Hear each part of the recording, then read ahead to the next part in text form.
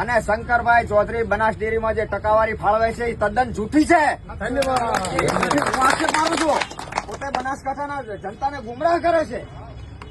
બનાસકાંઠાના 50 રૂપિયા જેનું દૂધ લીટર જાતું હોય, જેનું દૂધ 50 રૂપિયા લીટર જાતું હોય એને 18% એ કેટલા રૂપિયા થાય? 9 રૂપિયા થાય. જેનું દૂધ 100 રૂપિયા લીટર જતું હોય એના 18% 18 રૂપિયા થાય.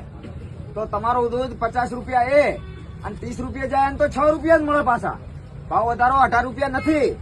એ ટકાવારી છે એ રૂપિયા નથી. 9 રૂપિયા ભાવ વધારો ફાળવવામાં આવે છે.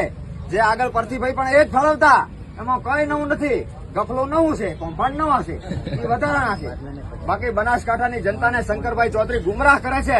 આ હું ચોખ્ખો આક્ષેપ મારું છું. લઈ લે મારી ઉપર લીગલ એક્શન જે લેવી હોય.